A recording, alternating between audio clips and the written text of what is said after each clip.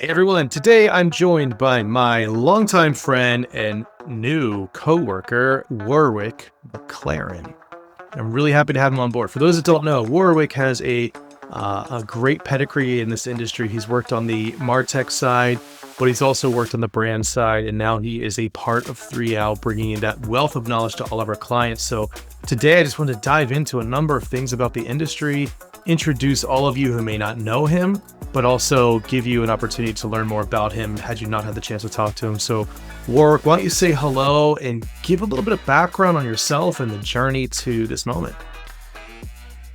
Yeah, good. Thanks for having me, mate. I appreciate it. As Joseph mentioned, I'm Warwick McLaren. I'm actually originally from Melbourne, Australia. You'll hear it come in and out. It's definitely not as Hemsworthy or Russell Crowe as it was back in the day. But I'm a proud dual citizen now here in the US. So I'm proud to say that. Northern California is home for me, so I'm in the Central Valley in Modesto. But yeah, my journey is pretty interesting. I actually started in sales. Worked for Cisco Foods and PepsiCo, and then eventually made my way over onto the brand side in the restaurant industry, and then started to sort of shift more into marketing, digital marketing, then MarTech, which has certainly been my focus on the brand side. But yeah, have worked with just about any major MarTech vendor in our industry. So I think I've done over 10 or so Olo deployments, worked with Punch, Sparkfly, Paytronics, Vengo, now Hang, CDPs, CRMs, SMS, you name it. So All the letters. done a lot of custom front ends, all the letters, all the acronyms. So, but yeah, I would say I have a very good understanding of what cobbles together well, what integrates well, and just have a good feel for MarTech now in our space. Yeah, it's amazing. When I started here at 3L a few years ago, I had left an agency that I built myself, sold it to another agency, and we did restaurant branding, which is why I have that branding background. And one of the reasons I came over is because what I started to realize is so many of these brands out there, I don't want to knock branding, but usually one of the major problems they have is on the tech, where as an industry, we rapidly adopted all the tech. Hey, we need loyalty, get a loyalty. We need online ordering, get it, go, go, go, go. Because we were in the pandemic and everyone was scrambling to catch up where they maybe got caught sleeping or lacking a little bit. And so what I saw from my perspective is some major pain points that I wanted to help be a part of the solution. And I know that you share that as well. So from your perspective, what are some of those biggest pain points for restaurant marketing and restaurant tech leaders today? Not pandemic era, but today. Yeah, I mean, let's just rip the Band-Aid off, right? So, I would say, having come from that world, it's very challenging in terms of when you have private equity groups, you have boards, and especially when everybody starts to get a little impatient.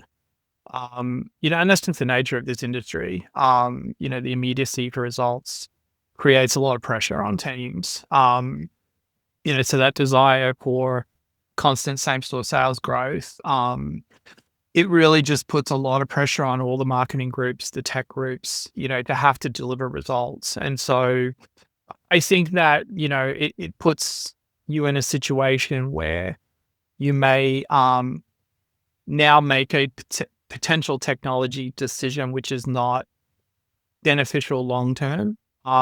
You feel it's sort of going to help get that need or that result that you really need, that immediacy to drive results that your leadership team is looking for, but it becomes at a detriment later. And I think that's what we see a lot, right? I mean, we just, went through this last week with a lot of conversations at QSR Evolution about now having to decouple things.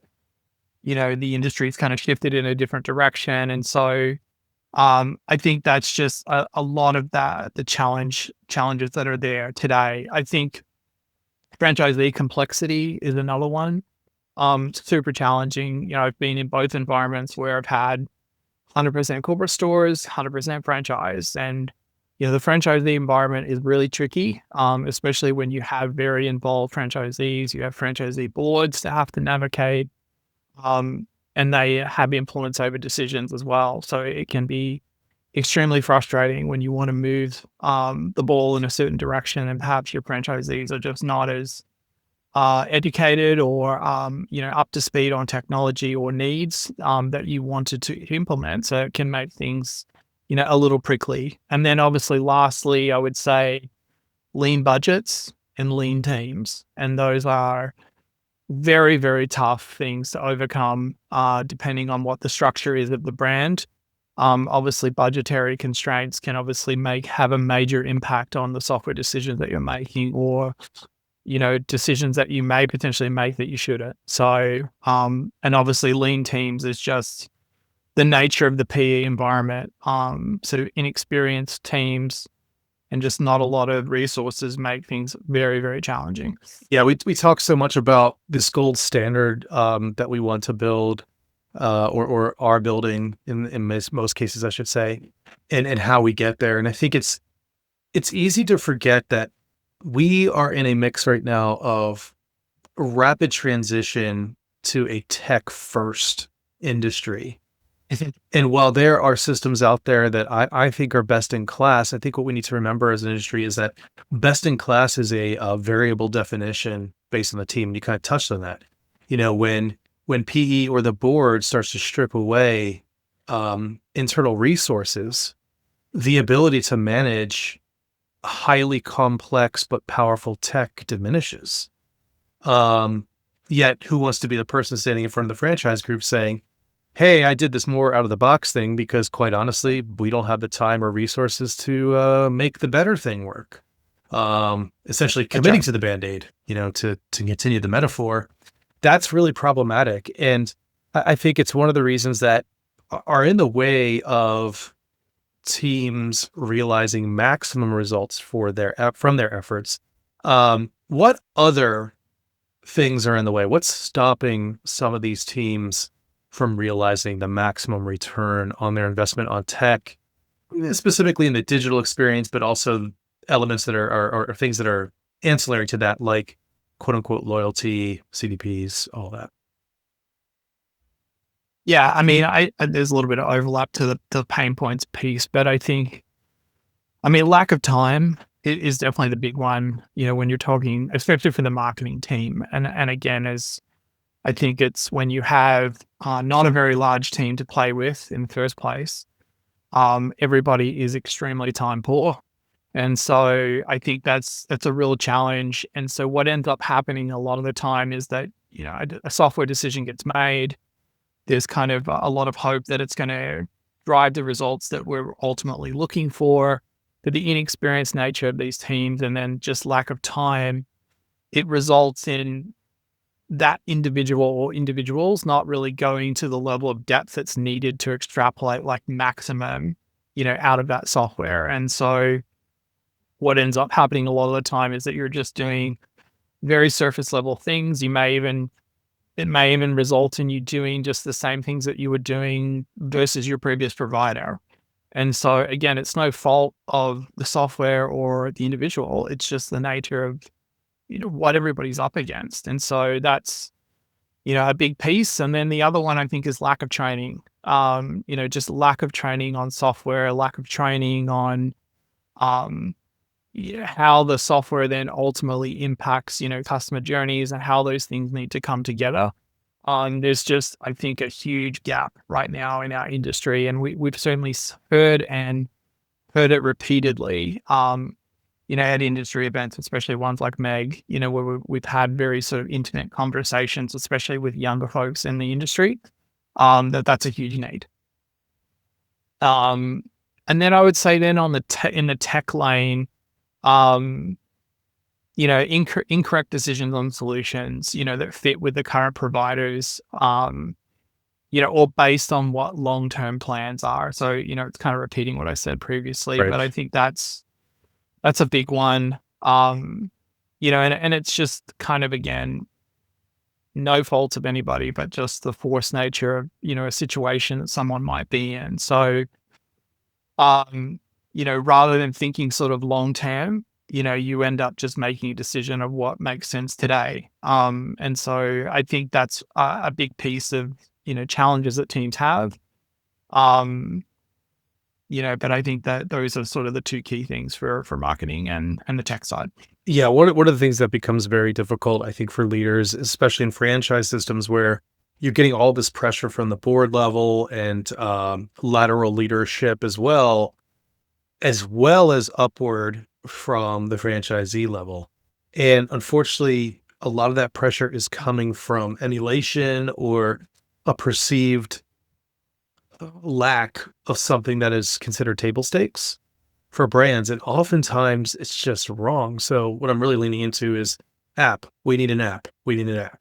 And so what did loyalty providers do? Oh, we'll build you an app then, and then when you get in there, it's like, well, not a lot of people use the app. Well, it's like, yeah, not a lot of people use apps unless you are part of a daily, multiple times a week ritual.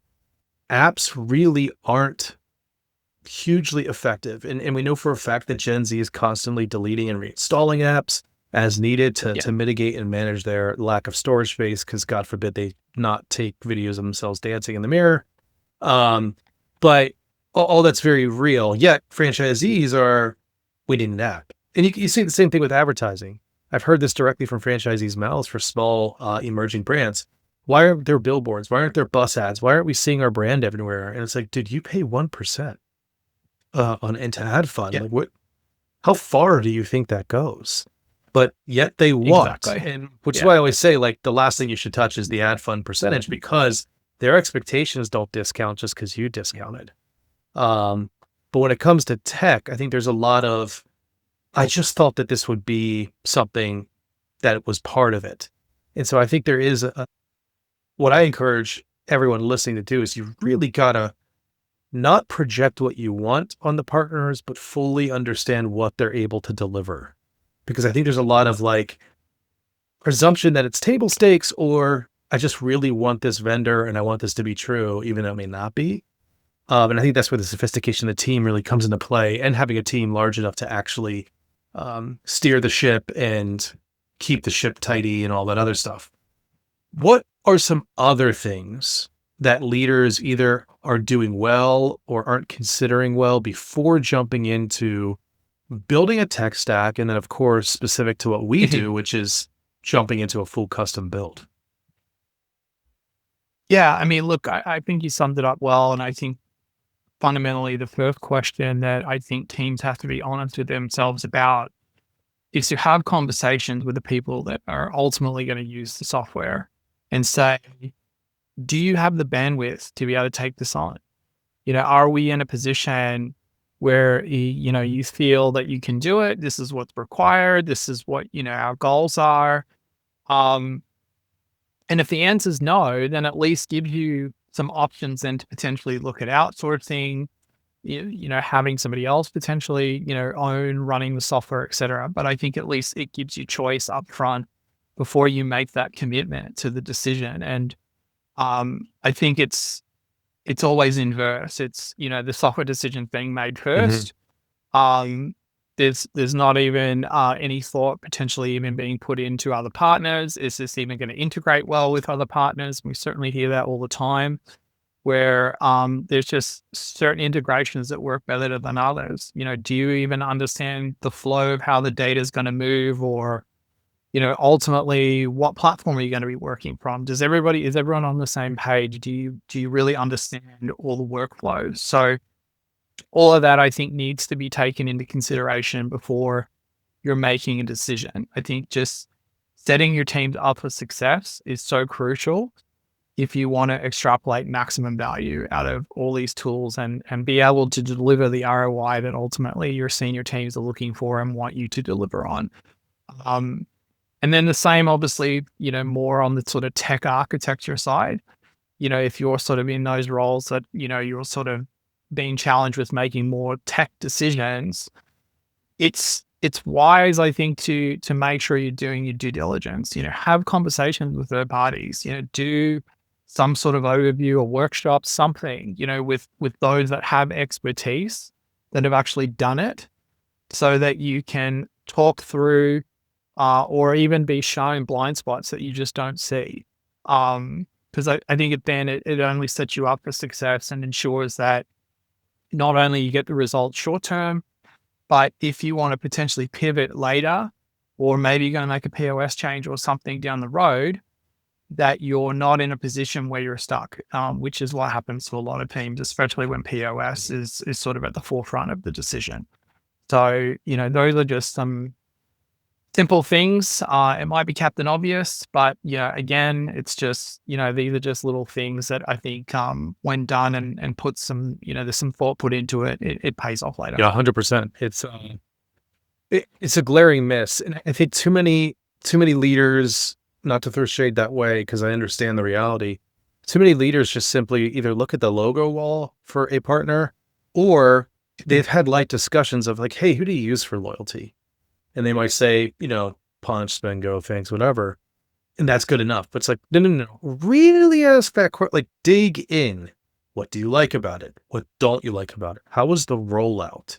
How was setting up the system? How did that go? And then make sure you're comparing apples to apples. If you're a team of 3 in your marketing department and you're talking to a team of 25, you're going to have to put the right lens on that. Like, obviously the human power to get it set up correctly in a team of 25 is a lot larger comparatively. And you have to make sure you don't make the wrong decision as a result, because, I think your tech partner or your integration partner, the seat that we normally sit in, we can integrate all of this. Is it going to be usable by a 2-person or 1-person marketing team? That's a totally different ask. And I rarely, if not ever, have seen that in an RFP conversation, which is like, yeah, this is best in class tech, but who's gonna pull the levers? Yeah, are you ready for it? Yeah. And I think that's something. No, exactly. When you're communicating with franchisees, which I know you've had to do one-on-one and elsewhere, when you're talking to franchisees and or other stakeholders, it's like, guys, we're not ready to buy the McLaren vehicle. We're ready right now for just a solid Volkswagen. It is not going to win us on race day, but it's going to keep us on the road. It's going to get us further ahead. And that's what we need today. Our McLaren F1 car, sure, we'd all love to drive it, but that's not where we are right now. And I just don't see, obviously when you're up against PE, they can have an iron fist of sorts, but have you been in a position in your career where you've had to maybe curtail lofty expectations of the tech stack? Yeah, I think so. There's certainly been situations where I think franchise groups especially are pushing for specific initiatives. And there's been an onus on myself to sort of level set kind of what's realistic based on what, our POS provider can do or can't do. And then it's, typically, well, when, and so then it's, sort of walking them through those stages of then, what does a roadmap potentially look like if we can achieve, X, Y, Z before we reach that kind of end state. But for me, my sort of philosophy has always been to try to start with the end in mind and then kind of work backwards. Because I think it helps, level set on really, what it is that you're trying to shoot for, even if it's for the moon, at least it gives you then some direction then to work back to what your sort of launching off point is of where you are today. So then you can sort of then better understand, okay, well, what are the pieces that we're going to need and when? So that sort of sets you up to what you're saying of, you might not be ready for the McLaren today, and that's cool. But, at least it doesn't put you in a decision where you're biting off more than you can and you're making unnecessary investment and you're just taking on technical debt you don't need. Yeah, and that's the key phrase, technical debt. And there's so much of that I know I see out there. I know you do too. There's a lot of, speaking of technical debt or even just, it's feature bloat in a lot of ways. I have a lot of skepticism about a lot of the loyalty, quote unquote loyalty out there.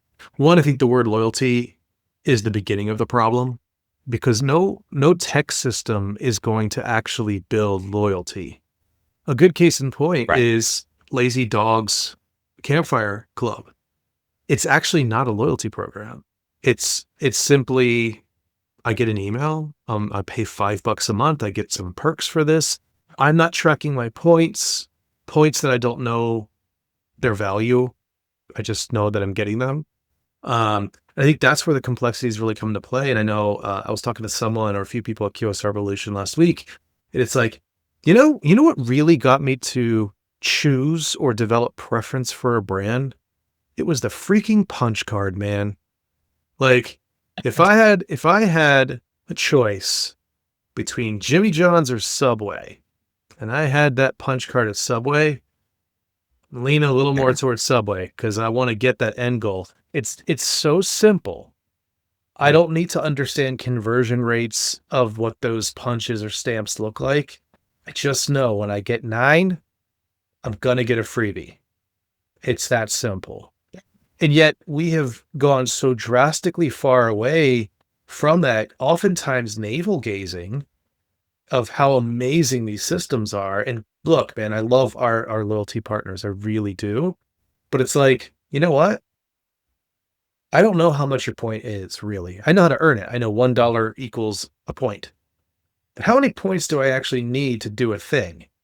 And then you come to find out in the restaurant industry, applying points as an actual currency isn't a thing. Not even on the McDonald's app, it's not a thing. Like, so unlike miles on airlines where I can actually spend my miles on anything I want as far as a flight, with restaurants, I'm unlocking things. So I unlock a double quarter pounder. Well, guess what? I don't eat. I don't eat that. So like, why do I want that? Um, so how, I mean, I'm kind of diverging on our topic, but I think this is all baked into it because it is essentially, I think, critical to the overall guest experience. What are your thoughts of the state Yep, of for loyalty and where sure. it's going? Yeah, I think it's become highly convoluted. I think there's um things that brands are wanting to achieve, and we hear the term personalization a lot, and wanting to be able to send the right message at the right time and all those things. And what that requires is a massive amount of segmentation, um, and really good providers behind the scenes that are obviously going to be able to do that work for you. But then again, you have to have people that can execute. So again, I know I'm sort of going back a little bit here to some of the points that we covered, but I think what ends up happening is without those things and being able to achieve those things is that it becomes very commoditized very Mm. quickly. And so teams end up just batching and blasting, offers and things every week because that's all they can do and that's all they have time for. And so, the creativity and what these, loyalty companies are working on, and they're all working on awesome stuff, gets lost because those features really don't get used, to their maximum benefit. Um, and so it just ends up kind of feeling same. There's just not a lot of uniqueness, there. And so, to your point, it's sort of you start reminiscing about simplicity and, maybe punch cards and these types of things are just more in tune with what people, know and desire, which is that, hey, I just want a free one after I visited, 9 times because you're my favorite coffee shop or favorite sandwich shop or whatever, right? Um, so I think that's the part where our lack of execution is sort of creating friction almost for ourselves, where we're not able to execute on the things that we wish we could do. So, again, it's all been encapsulated in what we've sort of talked through, but I think loyalty is, still a hot topic. At the end of the day, it's food that really is what drives loyalty and service and hospitality and all those things that we heard last week that have kind of got lost. Um, but those are the things in paramount that really drive the decisions if we all think about our own purchasing decisions and what sends us back to our favorites. Yeah. So, it's then how do you weave in correct communication and offerings and those types of things to maybe extrapolate, extra visits, when it's sort of, you're trying to push it more frequency and these types of things. So I don't know if that really answers No, your it questions. does. I feel like I'm just rambling. No, now. you're not. No, that was actually, it was more profound than I think you know. And it's also indicative of the situation that we're in as an industry. Rapid adoption has created rapid waste. And I think we're now in a moment where we are reducing the waste, reducing the technical debt. I think we're going to see a lot of consolidation of services underneath similar banners. I'm not a proponent of all the eggs in one basket, but I am a proponent of, quite honestly, CRM, CDP, loyalty. There needs to be massive convergence there because they are so symbiotic, and we don't really have it done well yet. We have some leaders in each of those silos, but none that really shine as the encapsulation of what the engine needs to be for future forward marketing. And I'm excited to be a part of it. I think it's one of the best things about where we sit at the table and where we are. Now, one of the things that we loved about you and why we were so keen on bringing you in is this deep knowledge, which we've only brushed the surface on. But it's also the hospitality angle. We heard that H word thrown around a lot last week as if it was some sort of revelation. And it's kind of sad because for some people, I think we forgot. We're so zeroed in on tech. We forgot about tech is a way to enable hospitality. From our standpoint at 3L, we see ourselves as a hospitality company that delivers digital experience solutions across, different channels. And I think that was also very critical when we were talking. It's like, this guy understands that servicing the client is a mix of expertise and knowledge, communications, over communications in the right way, not the wrong way, not like stage 5 clinger stuff. And then guiding our clients to the right solution for today and tomorrow, not just one or the other. And so we're really happy that you're here. So I do have some bad news though. I have 3 questions for you to really shore this thing up. If you get any of these wrong, you are not allowed to go back to Australia ever. So No pressure. I don't know if they'll let me in anyway, but that's okay. It's all right. I mean, this might seal the deal. I did not prep you for this. This is a complete ringer. So you really only get one option here, and we're going to hear that door slam on that former penal colony of a country of yours. Hopefully that was totally offensive. That was my intent. All right, 3 questions. Yeah, perfect. I'm going to prompt you. I already know what the right answers are, so we'll see how you get over here. You go to a local pub in Australia, of course, and you intend to order a chicken Parmesan sandwich. What do you call it? Yes. A Parma. That is correct. We would have also accepted Parmi, but Parma is one of them. Well done. Well done. 1 for 1, folks. This is going swimmingly. Number 2, if I give you a cold one from the esky on a 40-degree day, what are we doing? Yeah. We're having a beer. Can you expand on that? Well, I mean, we're obviously a cold one from the esky. So I mean, an esky is the equivalent of a cooler here in the United States. So we are having a beverage together. That is for sure. 40-degree day though. 40 degrees is over 100 degrees here. So 40 degrees is 40 degrees centigrade. So, it is immensely hot, that we are having. I'm going to probably more than one drink. Yeah, I'm going to allow it because you're not wrong. It just could have been righter. The 3 answers I would have had as a full-on correct answer. So you might actually have to do a little community service in Australia before you let it back in. It's we're either having a Barbie, cracking one open, fair enough, or just living me. So you were looking for the intent behind it. That is right. That is right. Yeah. So we're going to give you halvesy there, a little community service, but you're not banned from the country just yet. Okay, perfect. Final question. Finish this sentence. Tell him he's a bogan. Well, I don't know what that is, so I'll accept that as an answer. What is that?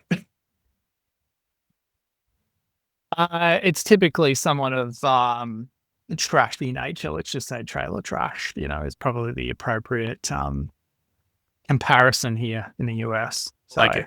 So probably have to do a little more community service. We'll take it because that's not something I knew. Can we really go off of ChatGPT for accuracy? Maybe. The super correct answer would have been dreaming. Because yeah, that's from the Moot Castle. Yeah, you got it, brother. So we'll take it. Well, the revision turned out to be correct. I like it. You are allowed back in Australia with. Super. My mom will be thrilled. Yes. She might not be thrilled about the answers to the last two, but we'll get there. Probably not. Thanks for playing. I'm glad we didn't have to take international actions against you. So that makes me very happy. Awesome. Thanks for hopping on. We have a lot of great work ahead of us. We're already in it and having a blast doing it for our current clients, more coming on board. I can't think of a better person than the team that we have, and adding you to it has been an absolute gem. So thanks for taking time out. Yeah, thanks, mate. I appreciate it. Cheers.